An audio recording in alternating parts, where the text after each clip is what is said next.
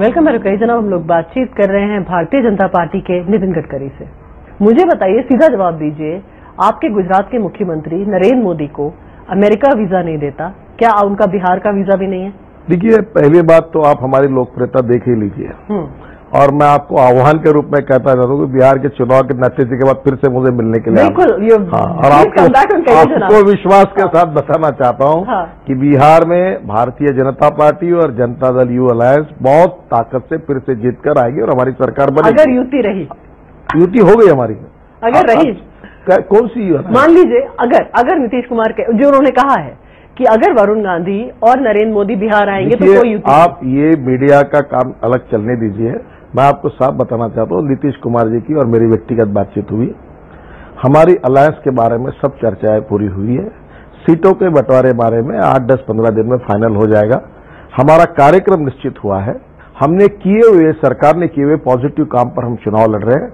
नीतीश कुमार जी और सुशील मोदी जी के नेतृत्व में लड़ रहे हैं। हमारी जीत निश्चित है। आपने कहा पॉजिटिव मुद्दे, क्या नरेंद्र मोदी और वरुण गांधी पॉजिटिव नहीं है?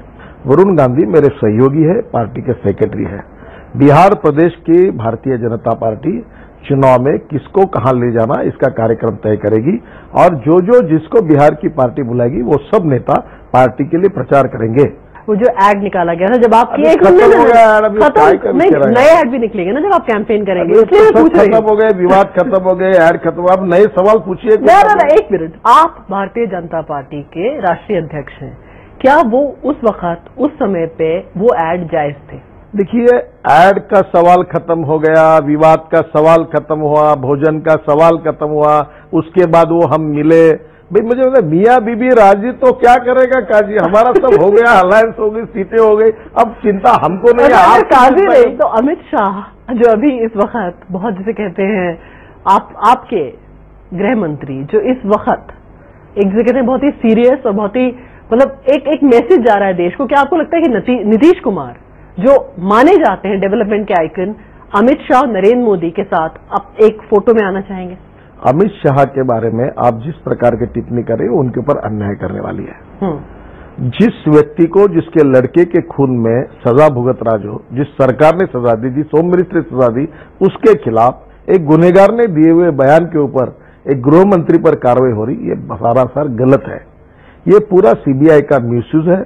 इतना ही नहीं तो सीबीआई इसलिए लगी कि जब सोहराबुद्दीन के ऊपर हैदराबाद, आंध्र प्रदेश की पुलिस और महाराष्ट्र की पुलिस दोनों ने कार्रवाई कर रही थी, तब दोनों स्टेट बीच में आते, इसलिए सीबीआई। अगर आप जो सीबीआई के बारे में कह रहे हैं मिस्टर गडकरी सही है, तो आप बार बार क्यों कहते हैं कि टेलीकॉम स्कैम हो या कोई और स्कैम हो, हम सीबीआई इन्वेस्टिगेशन चाहते हैं?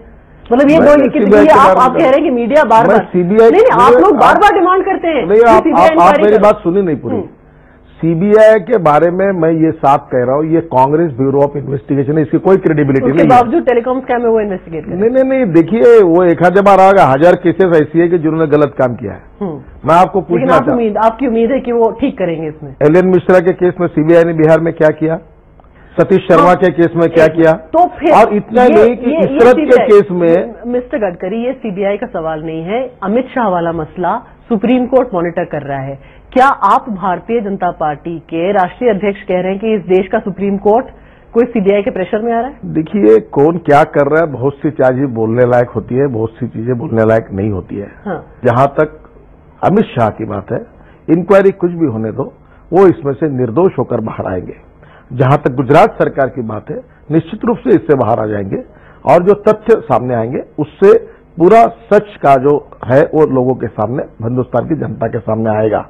केवल सोहराबुद्दीन जिसके ऊपर 22 केसेस है, जिसके ऊपर 2 टाड़ा के केसेस है, उसके घर पे जब ये किया गया, उसके कुएं से AK-47 दारू गोला सब वेपन्स मिले हैं, उसका डायरेक्ट दाऊद से संबंध है, ये 4 प्रदेश की पुलिस कह रही है। अब ऐसे व्यक्ति को राष्ट्रभक्त बनाकर उसका उपयोग करके, आतंकवादी है जो, उसका उपयोग करके वहां के गृह मंत्री को पकड़ना, ये बहुत गलत बात है। ये कालांतर सब सिद्ध हो जाएगा। आप जो कह रहे हैं, जो भी हो, अभी भी इस देश में रूल ऑफ लॉ है। किसी का भी फेक एनकाउंटर करना, जहां पे राइट टू लाइफ इज हमारे कॉन्स्टिट्यूशन का बेसिक टेनेट है, हम कैसी बात कर रहे हैं? नेशनल ह्यूमन राइट कमीशन के पास फेक एनकाउंटर की 1100 केसेस है, उसमें से करीब 450-500 केसेस उत्तर प्रदेश में हुई है, मणिपुर में 111 हुई है और पिछले 9-10 साल में गुजरात में केवल 19 केसेस हुई है, महाराष्ट्र में फेक एनकाउंटर के केसेस हुई है।